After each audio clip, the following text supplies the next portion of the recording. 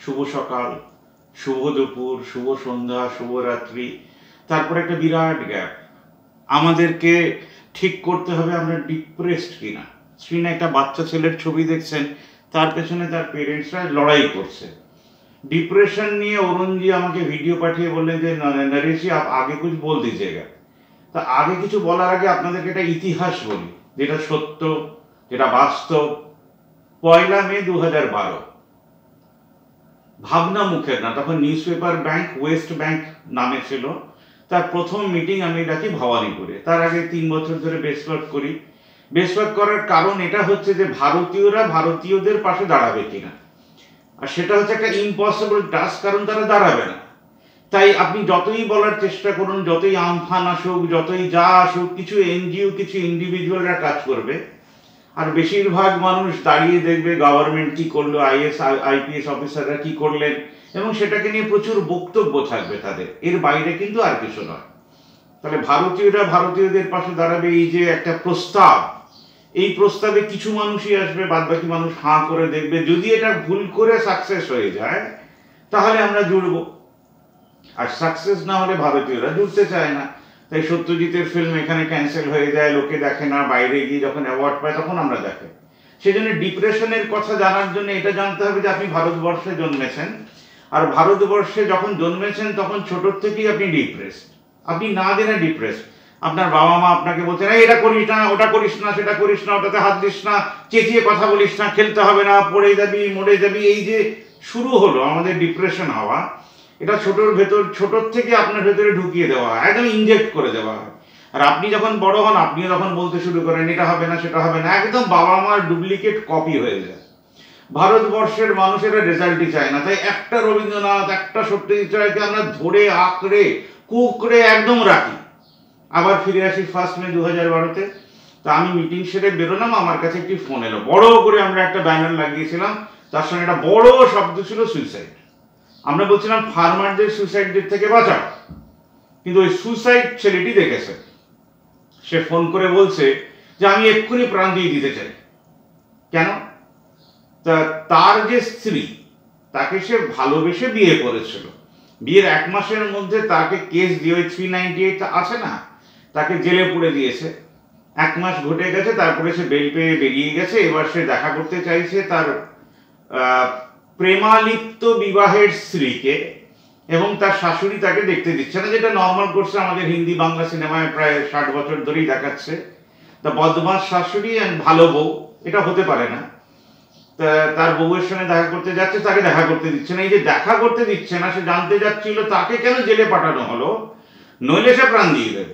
দেখুন, আপনি ভাবুন, ভবানীপুরের মতন একটা ব্যস্ত এলাকায় রাস্তার উপরে দাঁড়িয়ে, তখন আমি অফিসে ঢুকিনি, সে আমাকে বলছে যে আমি প্রাণ দিয়ে দেবো, মানে তার প্রাণটি যদি বাঁচাতে পারি আমি, তাহলে আমি হিরো। আমি বললাম তাহলে একটা কাজ করো, যে তুমি যখন এত ডিসিশন নিয়ে নিয়েছো, যখন মরেই যাবে ঠিক করেছো, তাহলে আমার 2-1 কথার উত্তর দিয়ে দাও। বলুন।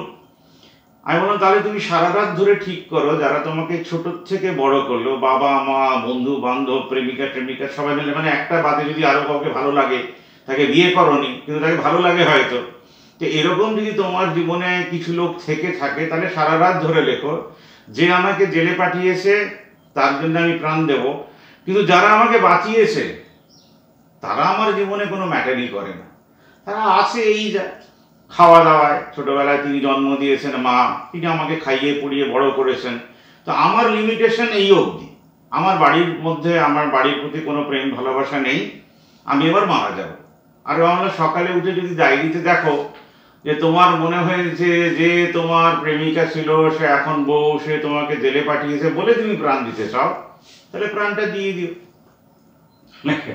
সে প্রাণ দেয়নি, এবং খুব সুখের কথা যেটা হচ্ছে, সে এখন এই যে পতিদেবরা যারা স্ত্রীদের হাতে নিগ্রহ হন, তাদেরকে সে এখন বাঁচায়।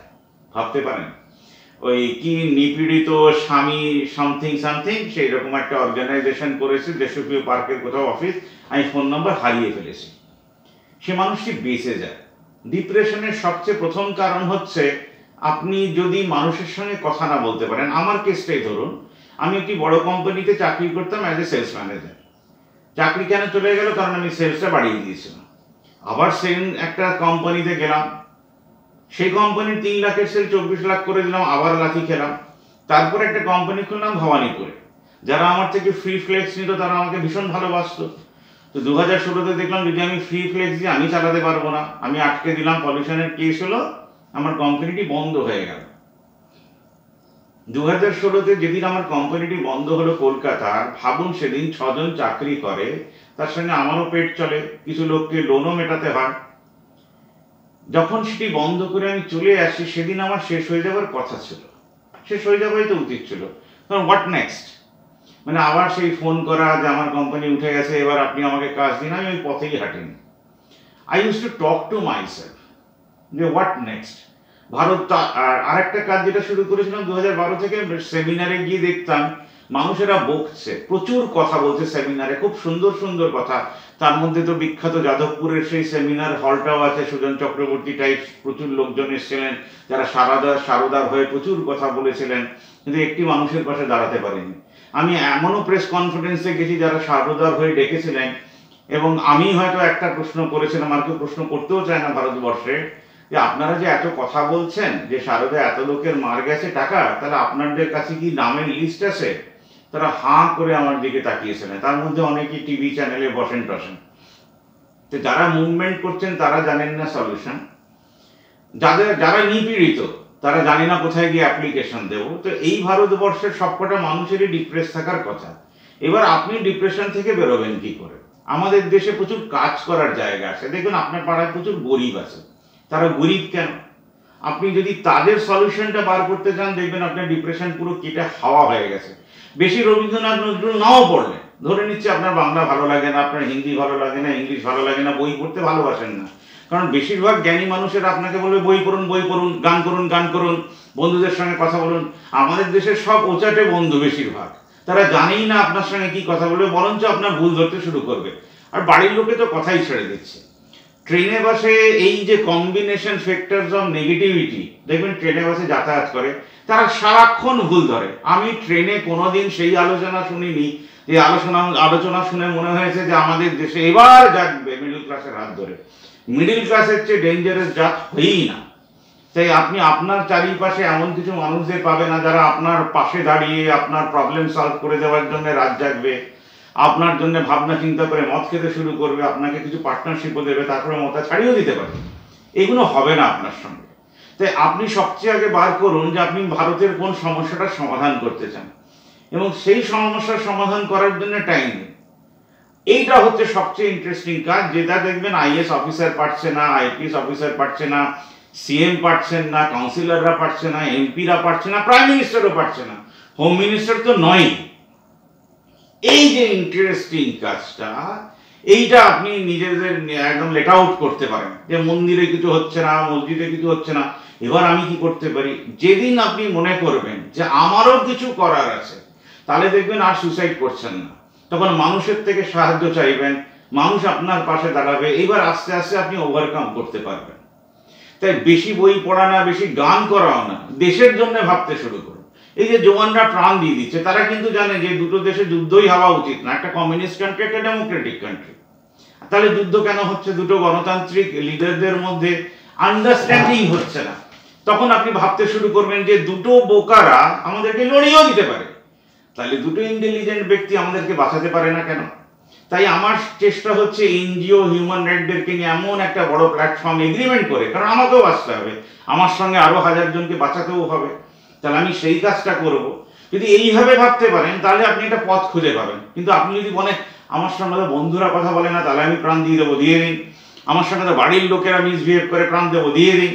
কিন্তু আপনি যদি মনে করেন এই 130 কোটি আপনার দেশ, এটা ওই বন্য জঙ্গল নয় যে ঘরের খাই বনের মোস্তারাই, সেটা নয়, তাহলে আপনি কাজ করে উঠতে পারবেন। এবার ডিপ্রেশন নিয়ে আপনি অনেক কথা শুনুন, অরুণজি চেষ্টা করেই যাচ্ছেন যাতে আপনারা ডিপ্রেশন থেকে বেরোতে পারেন। তা আমার যেটা মনে হয়েছে যে শুধু বই পড়ে, শুধু গান শুনে, শুধু ফুলবাতির কথা বলে কিছু বন্ধু বান্ধবকে খুঁজে বেরিয়ে হবে না। যদি মনে করেন সেই বন্ধু আপনার কোনো কাজেরই না, সে আপনারই ভুল ধরে, তাহলে সেই বন্ধুকে ছেড়ে দিন, সে আপনার বন্ধুই নয়। পথ যদি বার করতে হয় নিজে খুঁজে বার করুন। কোনো ভাস্কো ডাগামা, কলম্বাস টাইপের লোক আমাদের দেশে নেই। তারা শুধু আপনাকে বলবে ঘরে ঢুকে যা, ঘরে ঢুকে যা, ঘরে ঢুকে যা, ভালো ভালো কথা বল, ভালো ভালো কথা বল। এমন ভালো কথা সব দেওয়ালে ঝুলছে। দেখবেন যে কটা আপনি গভর্নমেন্ট অফিসে যাবেন দেওয়ালে সব ঝুলছে, কারণ তারা নিজেরাই অ্যাপ্লাই করেন। তাই নিজের পথ শুধু নিজে বার করবেন না, এবং আমাদের সঙ্গে যোগাযোগ রাখবেন। আপনি আর কি কি কাজ করতে পারবেন সেটা নিয়ে ডিটেইল ডিসকাশন হবে, কারণ ভারতবর্ষে কাজ করার লোক খুবই কম, বলার লোক প্রচুর আছে। কালকে একটা দেখছিলাম, একটা সংগঠন, বাঙালি সংগঠন, পুরো রোজই তারা 8টার সময় লাইভ আসে। ভদ্রলোক একটা গেঞ্জি পরে বসে লাইভ করছে। তার এটাও মনে হয়নি যে সামান্যটুকু রেসপেক্ট দি ওয়ার্ল্ড সিটিজেনদেরকে। তিনি একটা সিরিয়াস আলোচনা করছেন যে এই যে 19 লাখ লোক ডিভোটার হয়ে গেল, তাদের নিয়ে আমরা কি করব।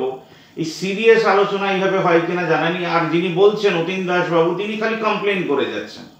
We have to come out of it. আমাদেরকে এটাকে ইন্ডিয়া বানাতে হবে, তার জন্য প্রচুর লোক লাগবে। দয়া করে সুসাইড করবেন না, দেশের জন্য ভাবুন, তাহলেই হবে। তখন দমানো যাবে। তো এই যে ব্যাপারটা ছিল, এটা ঘটতে চলেছে, সেটা আমাদের যারা পূর্ব যারা ছিলেন বুদ্ধিজীবীরা, আপনারা জানেন যোগেন্দ্রনাথ। नमस्कार, मैं डॉक्टर अरुण कुमार। आज का विषय है ब्रेन में इस हार्मोन की कमी से बनती है डिप्रेशन का कारण। जाने कैसे अवसाद में बदल जाती है चिंता और तनाव। बॉलीवुड अभिनेता सुशांत सिंह राजपूत की खुदकुशी की खबर से हर कोई स्तब्ध रह गया है। बहुत सारे लोग यह सोचने को विवश हैं कि आखिर इसके पीछे क्या कारण रहे होंगे। खबरों के मुताबिक सुशांत डिप्रेशन से जूझ रहे थे और उनका इलाज भी चल रहा था। क्या आप जानते हैं कि आखिर इस डिप्रेशन की शुरुआत कैसे होती है? दिमाग में ऐसा क्या चल रहा होता है कि लोग अनुचित कदम उठाने की ओर बढ़ जाते हैं और कुछ गलत कर बैठते हैं? मनोचिकित्सक बताते हैं कि कोई भी व्यक्ति अचानक डिप्रेशन में नहीं चला जाता है, बल्कि तनाव और चिंताएं लंबे समय से डिप्रेशन का रूप ले लेती है। डिप्रेशन के संबंध में मनोचिकित्सक अक्सर बताते हैं कि यह एक तरह का मेंटल डिसऑर्डर है जो तुरंत किसी व्यक्ति पर हावी नहीं हो जाता है। इसके अलग अलग फेज यानी चरण होते हैं। अगर व्यक्ति में कुछ लक्षणों के आधार पर शुरुआत में ही इसकी पहचान हो जाए तो उस व्यक्ति को गंभीर डिप्रेशन में जाने से बचाया जा सकता है। डिप्रेशन की शुरुआत स्ट्रेस यानी तनाव से होती है। मनोचिकित्सक डॉक्टर कुमार बताते हैं कि तनाव होने के पीछे व्यक्तिगत, सामाजिक, आर्थिक या किसी अन्य तरह के भावनात्मक कारण भी हो सकते हैं। वे कहते हैं कि व्यक्ति को तनाव की निश्चित वजह जरूर पता होनी चाहिए ताकि किसी अपने से बात कर सके। तनाव को कम नहीं किया जाए तो यह एंजाइटी यानी चिंता में बदल जाती है, और यही एंजाइटी यदि लंबे समय तक बनी रहे और उसका ट्रीटमेंट ना हो तो वह डिप्रेशन का रूप ले लेती है। इसके बाद व्यक्ति गहरे अवसाद की ओर बढ़ने लगता है। इसलिए डॉक्टर समय रहते इलाज की सलाह देते हैं। तनाव को कम करने के लिए हम योग का सहारा ले सकते हैं। तात्कालिक तनाव हो तो अपनी पसंद का संगीत सुनकर या अपने किसी खास से बात करके भी उसे दूर किया जा सकता है। डॉक्टर अपनों से खुलकर बात करने की और ज़रूरी हो तो काउंसलिंग की भी सलाह देते हैं। नकारात्मक विचार। डिप्रेशन की शुरुआत नकारात्मक विचारों से घिरे रहने के कारण होती है। ना चाहते हुए भी अगर व्यक्ति के दिमाग में निगेटिव बातें चलती रहती है, ऐसी बातें विचार के रूप में उसके दिमाग पर हावी होने लगते हैं और व्यक्ति का व्यवहार भी निगेटिव विचारों की तरह नकारात्मक होने लगता है। Chronic depression. एक होता है क्रॉनिक डिप्रेशन। डॉक्टर बताते हैं कि इस स्थिति में पीड़ित व्यक्ति को अकेलापन, एकाकीपन, निराशा, हताशा, भय और घबराहट इस कदर से घेर लेता है कि उसे डर लगने लगता है। इस स्थिति में उसे औरों की सलाह भी सही नहीं लगती क्योंकि वह उस पर भरोसा ही नहीं कर पाता है। हार्मोनल असंतुलन।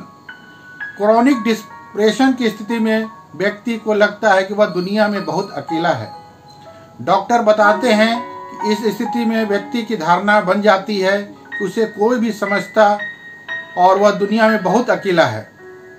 किसी को उसकी जरूरत नहीं, चिंता नहीं। इस तरह के विचार हार्मोनल असंतुलन के कारण आते हैं। किसी अपने को खोने के बाद ही व्यक्ति ऐसी स्थिति में पहुंच सकता है। Serotonin hormone.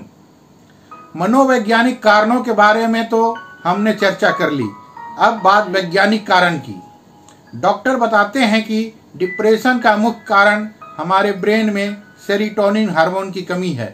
हमारे दिमाग में जब इस हार्मोन का बनना कम हो जाता है तो व्यक्ति निगेटिविटी यानी नकारात्मकता की तरफ बढ़ने लगता है। सेरोटोनिन एक हैप्पी हार्मोन है।